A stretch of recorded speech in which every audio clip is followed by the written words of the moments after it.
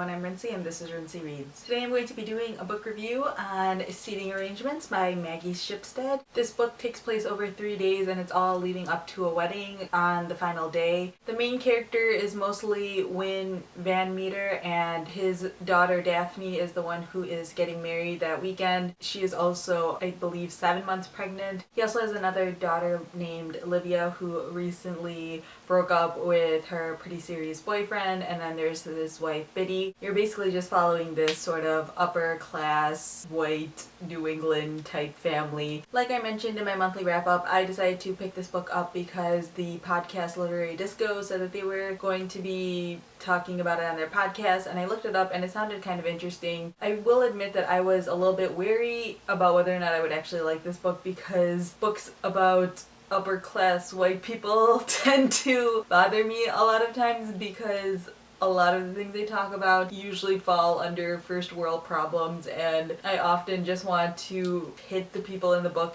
On Goodreads, this book is listed as being a social satire, which I don't know if that is necessarily the case. I feel like it was meant to be a satire, but I'm not exactly sure if it pulls it off. Win is the most dislikable character in this entire book. He basically spends the majority of the book worrying about one of two things. The first is the fact that he is starting to lust after his daughter's friend Abigail, who's one of the bridesmaids at the wedding. And the other is that he cares about getting into the certain country club / golf course, and everything else that happens around him he is able to relate back to those two events somehow, and it's the worst. I just wanted to punch him in the face the entire time. But this book does sort of switch perspectives a lot. You get to see a little bit of a lot of different characters. I would say the most interesting character in this book is Olivia. She has gone through a lot of things, and I won't spoil you on what has happened in her life, but just her disappointments in life and just the things that she has had to deal with has definitely made her a more interesting character, and it's been interesting to see how she is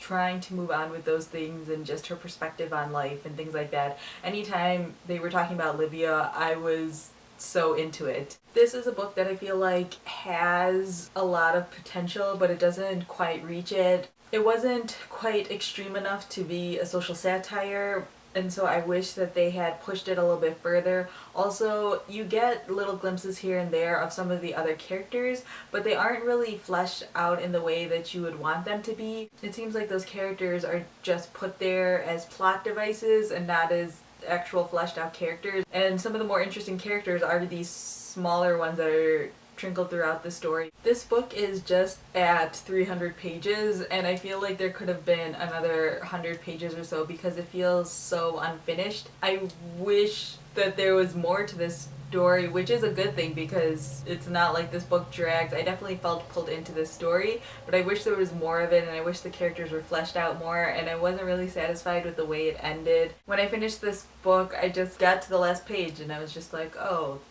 that's it. There doesn't seem to be very much growth. There doesn't seem to be very much change at all. It literally just feels like you just see all of the problems that these characters have and they're laid out before you, and then nothing changes. No one learns anything. It's just, this is what it is, and period, which isn't really very satisfying. In the end, I gave this book a 3 out of 5 stars because there are certain moments where I was really engaged and I was really pulled into the story, and there were certain moments that I really did not enjoy, and I really don't like the way it was ended, and like I said, I wish there was more development in this story. I definitely don't regret reading this book, and I think I would recommend reading it because I didn't consider this like a painful experience or anything like that, but it just wasn't what it feels like it could have been, if that makes sense. So yeah, those are my thoughts on Seating Arrangements. If you have read this book, feel free to leave your thoughts down in the comments below. I would love to hear what other people thought of it. Also, just as a reminder, today, Thursday, is the last day to vote in the Geek and Sundry vlog. I am very clearly not going to be in the top 30 at all, but I just wanted to say thank you to everyone who did vote for me. I definitely appreciate it because obviously you guys don't have to, but if you took the time to do so, that really does mean a lot. So yeah, that's all I have for now, and thanks for watching.